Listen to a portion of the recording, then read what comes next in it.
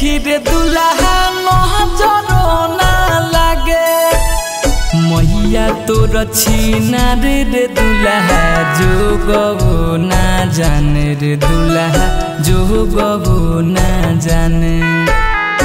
अखिया तोर नी देखी रे दुल्हा नजरो ना लागे अखिया तोर नी देखी रे दुल्हा नजरो ना लागे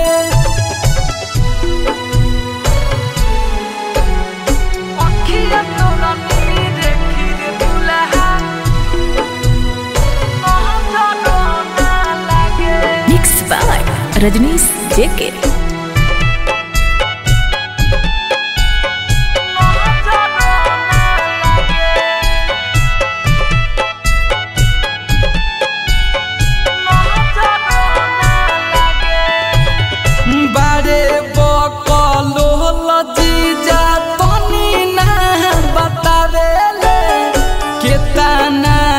सुनाऊ तो नमा सवावेले बारे बकलो लजीजा तनी ना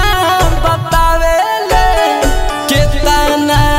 के नमावा आज सवावेले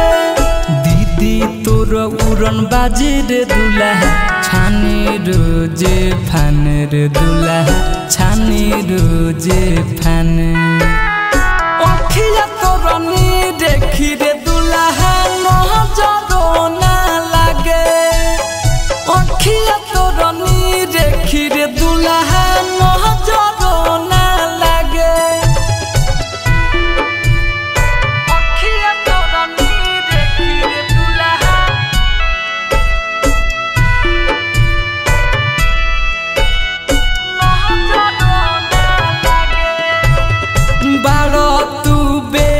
जाना ही बतिया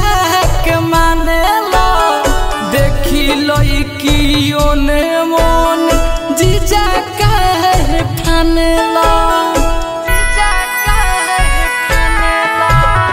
शीतल प्रेमी रजनीश तोहर आइल बा संगतिया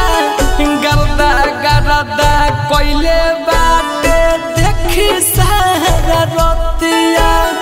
मैया तोर छीना रे दुल्हा जो गबो ना जाने रे दुल्हा जो गबो ना जाने अखिया तोर नी देखी रे दुल्हा